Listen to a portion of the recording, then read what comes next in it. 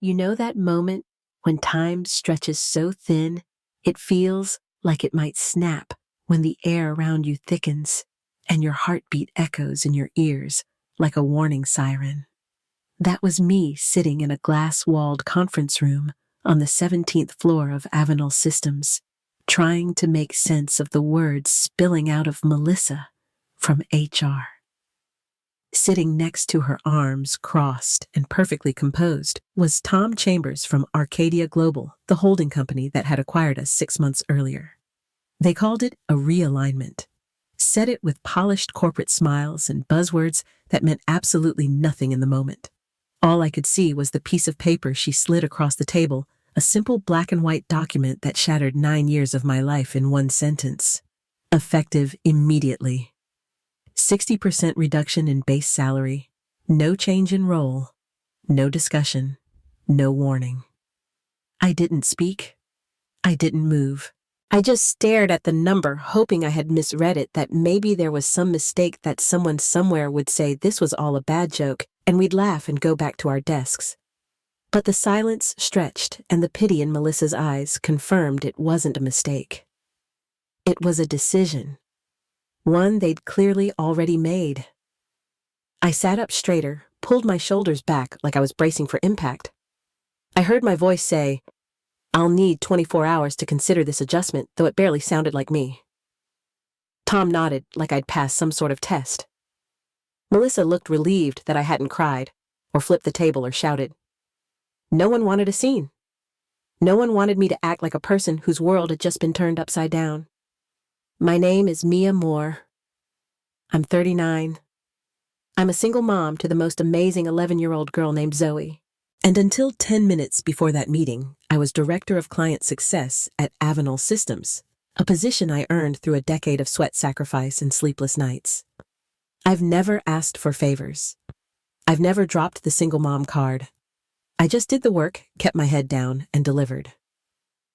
Walking out of that meeting, I felt like I was moving through water. I passed coworkers in the hallway, their conversations still buzzing about product launches and team lunches, like my entire world hadn't just collapsed behind a door labeled Conference B. I didn't go back to my desk. I couldn't. I headed straight to the parking garage, found my car, and sat there with my hands gripping the wheel like it was the only thing tethering me to earth.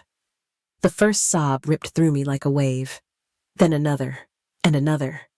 I cried so hard, I fogged up the windshield. The tears weren't elegant. They were messy and snotty and mascara-streaked. They were the kind that come when you've been holding it together for too long, when the people who promise to have your back decide you're expendable. They knew. They knew I was a single mom. They knew I carried our mortgage on one income. They knew Zoe had asthma and needed expensive medication. And they still sat there with their neutral smiles and told me I was worth less than half of what they paid me yesterday. As if my work, my loyalty, my value had simply expired overnight. I replayed the conversation in my head over and over, trying to make it make sense. They said something about market standards, about new compensation frameworks, about resource optimization, but I wasn't a number on a spreadsheet. I was the person who stayed late when projects ran over, who coached junior staff when no one else had the time, who remembered clients' birthdays, their kids' names, their pain points and goals. And in return, I got a printed letter and 24 hours to accept a pay cut so deep, it might as well have been a layoff. I should have screamed.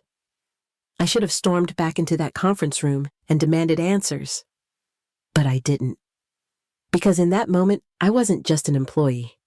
I was a mother thinking about my daughter, about how I was going to explain to her that I might not be able to keep us in our home, that everything we had built could vanish because someone in a corner office wanted a better quarterly report. That night after Zoe went to bed, I sat in the dark and stared at my laptop. I opened my bank account. I opened our insurance documents. I stared at our grocery list. It felt impossible, insulting, cruel.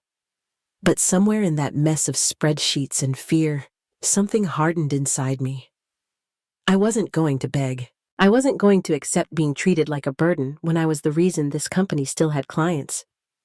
I didn't know what I was going to do yet, but I knew one thing for sure. I wasn't going to let them decide my worth. Not now. Not ever again. I joined Avenal Systems when it was barely more than a dream on paper. We were crammed into a converted auto shop in Fremont with exposed ductwork and 3 working space heaters, but we believed we were building something that mattered. There were 12 of us then, and we wore every hat imaginable because we had no other choice. My official title was client associate, but on any given day, I was also the tech troubleshooter, the project manager, and occasionally the office therapist. I loved it. The chaos, the camaraderie, the way every little win felt like something we'd built with our bare hands. Back then, I was still married. My daughter, Zoe, was just a toddler, and I was juggling daycare pickups and midnight proposal deadlines with the kind of exhausted joy only working moms really understand. My ex and I fought constantly about how much I worked, how often I missed bedtime stories or Saturday brunches. He didn't see what I saw. He didn't see that I was building security, that every relationship I formed with a client wasn't just about a contract or a quota. It was about trust, consistency, and showing up when it counted. It was about giving Zoe a future where she'd never have to depend on anyone but herself. When the marriage finally ended, I threw myself even deeper into work. Not because I didn't love my daughter, but because I had to make up for what we lost. I took on the most complex accounts, the ones with rotating CIOs and impossible timelines. I kept notes on everything, not just business details, but birthdays, kids' names, vacation preferences even, which clients liked handwritten thank you cards and which preferred a Slack emoji. I knew that if I built something solid, if I showed up again and again, it would matter. And it did. By year 3, I was managing over 40% of our total revenue. Clients requested me by name. They'd delay contracts just to keep me on their accounts. I wasn't the loudest in meetings, but I knew how to listen, how to translate what a client feared into what they needed. I became a problem solver, a safe bet, a name that brought confidence in the boardroom. When Avenal landed its biggest deal with a Fortune 200 logistics firm, it was me they put on the lead. I still remember the champagne toast, the way our CEO clinked glasses and said, "This is why we bet on people." That moment stayed with me. Because I believed him. I believed that what I was doing had weight, that my sacrifices meant something, that missing one more dance recital or showing up late to a parent-teacher night was justified if it helped create something lasting. When I was promoted to Director of Client Success, I finally let myself exhale. The salary bump meant Zoe and I could stop living paycheck to paycheck. I refinanced the house. I bought new shoes for her without checking my bank app. For the first time since the divorce, we had breathing room. But more than that, I felt seen. The plaque on my desk didn't just say director. It said someone noticed.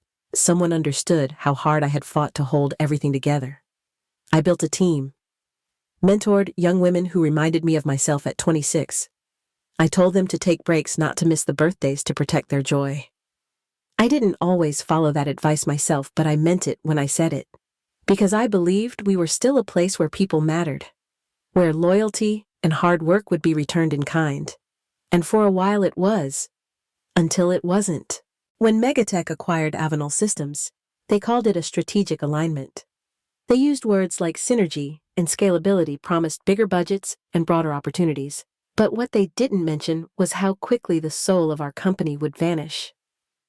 The changes started quietly. New policies, new reporting structures, new email signatures that looked cleaner but felt colder. Then came the redundancies. People I'd worked with for years started disappearing overnight, no goodbyes, just empty desks and silence. Team meetings became stiff. Our town halls turned into presentations full of jargon and smiling faces who didn't know our names. The coffee stopped being free. The laughter faded. We were no longer building something together. We were just surviving it. My team shrank from 6 to 4, then to 2.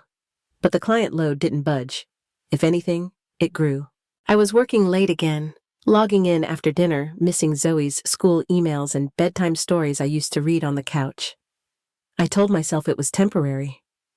That if I kept my head down, delivered results, and stayed loyal, they'd see my value. I believed the numbers would speak for me. That performance still mattered more than politics. But the culture had shifted. People stopped raising concerns, stopped connecting. There was a tension in the air, like everyone was waiting to be next. Still, I showed up. I coached my team through the pressure. I picked up the slack when someone burned out. I reminded myself this was the cost of stability. Then came the calendar invite. Just 15 minutes. No agenda. From HR and someone named Tom Chambers I'd never met. I walked in hoping for clarity, maybe even a promotion. Instead, I got a letter. And everything I'd been holding on to finally cracked. I was still in the parking garage, slumped in the driver's seat, when my phone buzzed. I almost didn't look. My face was still blotchy, and the steering wheel was wet where I'd been crying into it, but the screen lit up with a name I hadn't seen in months. Jessica Lynn. My old teammate from Avenel, who had left last year to join Rydell Tech. I stared at her name like it might vanish if I blinked too fast.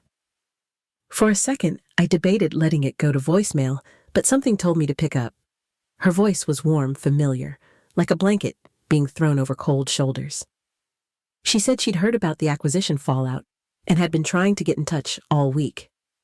I didn't even know how she knew what had happened, but apparently word had gotten around. She asked if I had checked my LinkedIn messages. I hadn't. I'd been too busy surviving, pushing through deadlines, trying not to unravel. Jessica paused, then said something that cracked through the fog I was in. Her boss at Rydell had been asking about me. My breath caught. She said my name had come up in several client discussions, and that her CEO, Marcus Dean, had taken notice. She wanted to know if I'd be open to a conversation. I laughed, but it wasn't because it was funny. It was because after everything, someone still saw me. I looked out the windshield at the building I used to love, the one whose logo was now covered in another company's name.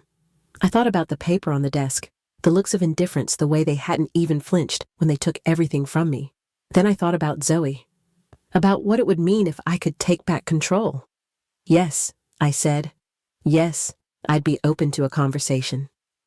Jessica told me she'd text Marcus right away. I could hear the hope in her voice, like she was rooting for me, like she knew this might be the start of something I hadn't let myself imagine in weeks.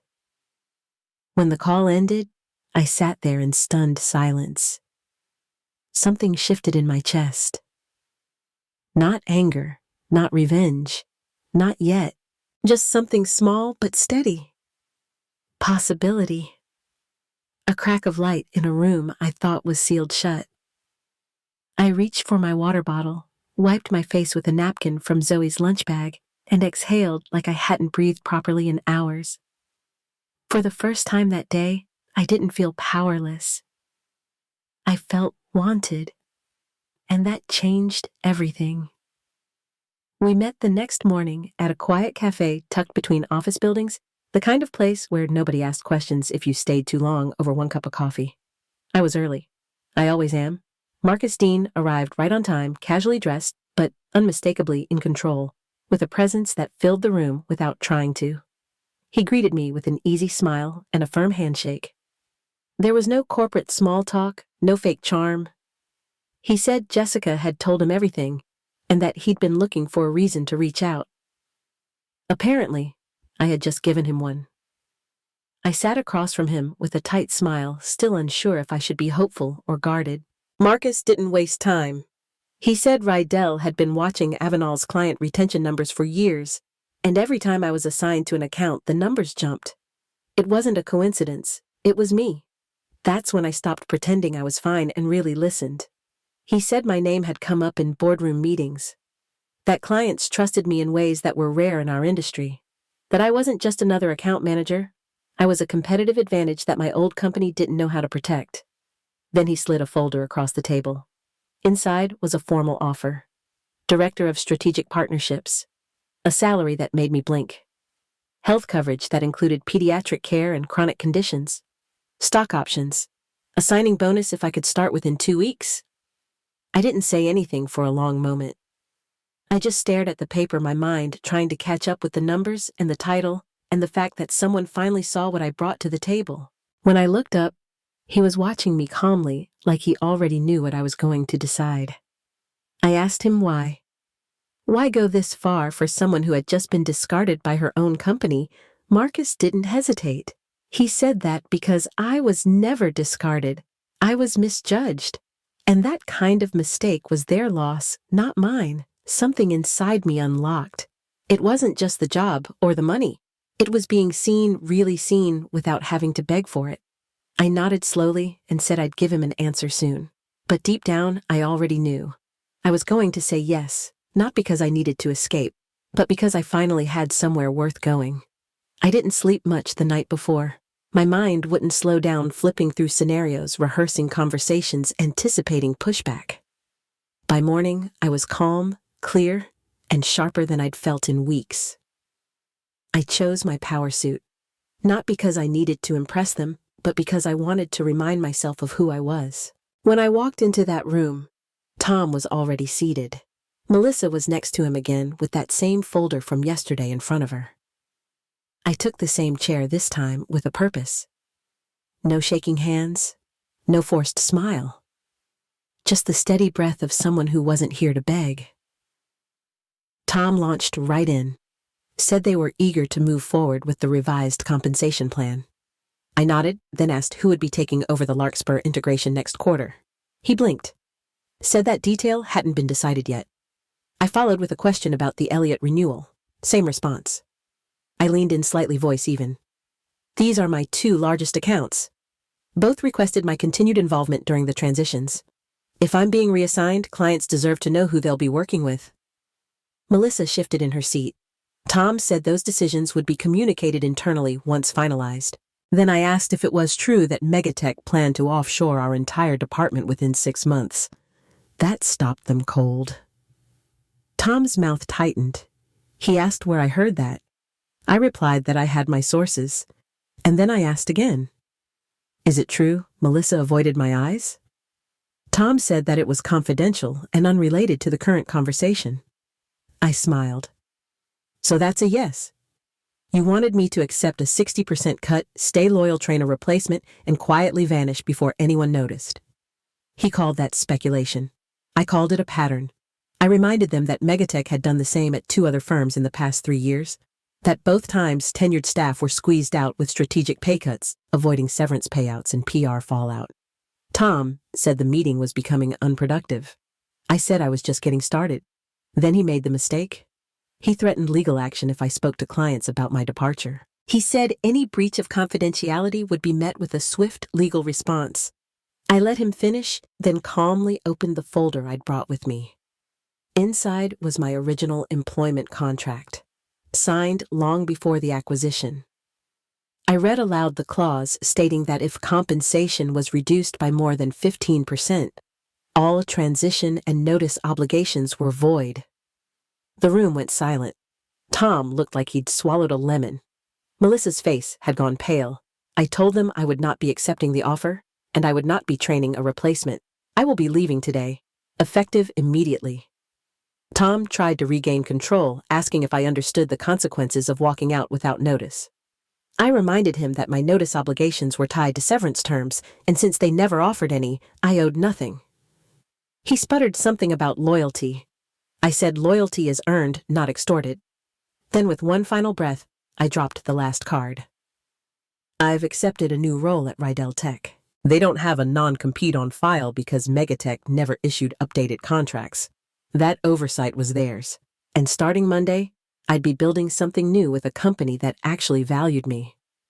Tom's mouth opened, then closed. Melissa looked like she wanted to disappear. I stood, slid my badge across the table, and walked out. No anger, no apology, just clarity. As I stepped into the hallway, I felt 10 pounds lighter.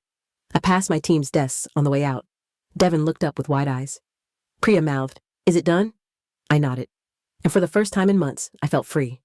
Not just from the job, but from the silence, from pretending, from carrying more than I should have, just to be seen. That meeting was never about money. It was about control.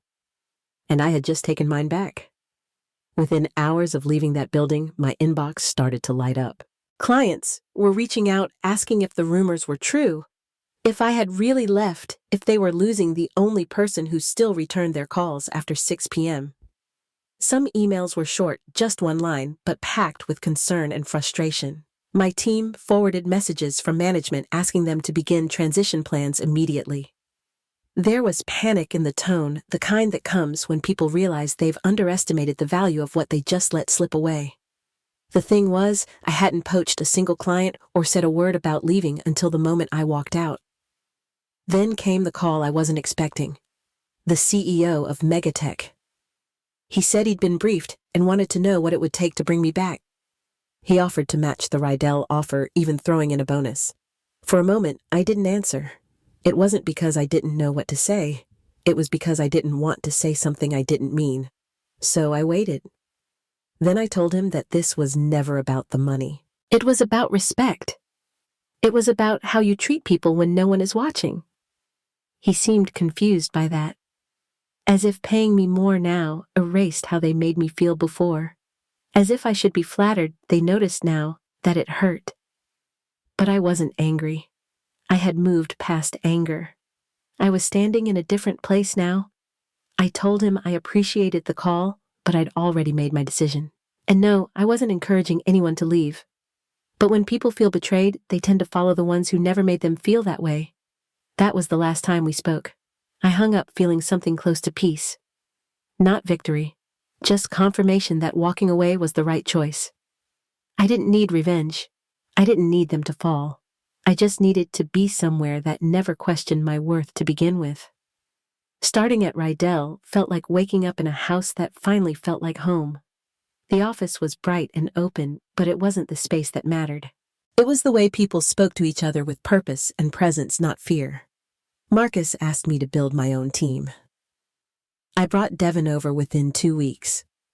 Maria followed a month later. We didn't talk much about the past. We were too busy shaping something better.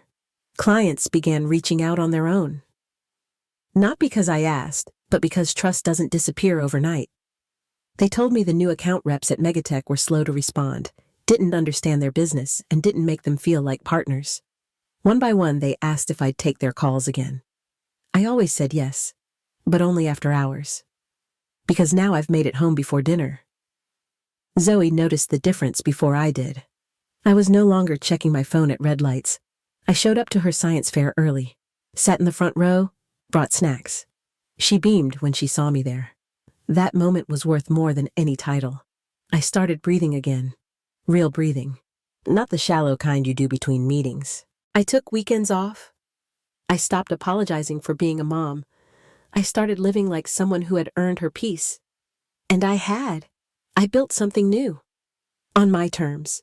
And for the first time in a long time, it felt like enough. If you're still watching this, thank you. I don't take your time or your attention lightly. I know there are 1,000 other stories you could be listening to, but you're here, and that means something. Maybe you're watching this from your car parked in a garage like I was. Maybe your job feels shaky, or you've been told your best isn't enough. Maybe you've started to wonder if your effort, your hours, your sacrifices are even visible anymore. I've been there. I've felt invisible in meetings I used to lead. I've swallowed tears in bathrooms and forced smiles in elevators.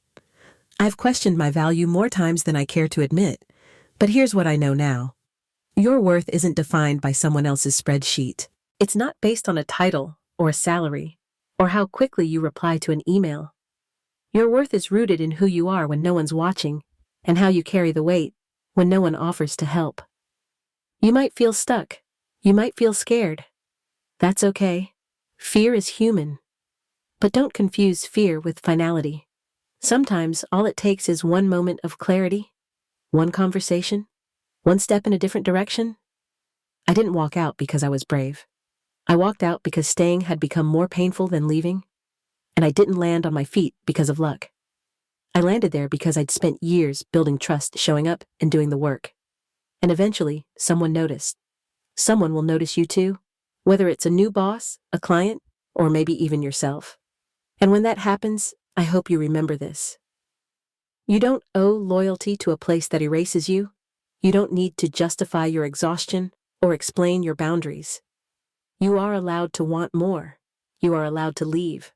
You are allowed to rebuild. Because your story isn't over when someone underestimates you. It's only over if you start believing them. And I promise the moment you stop seeking permission to be valued, everything begins to change.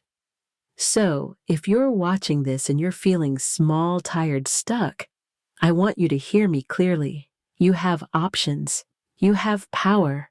You have worth. And maybe, just maybe, it's time you remembered that too.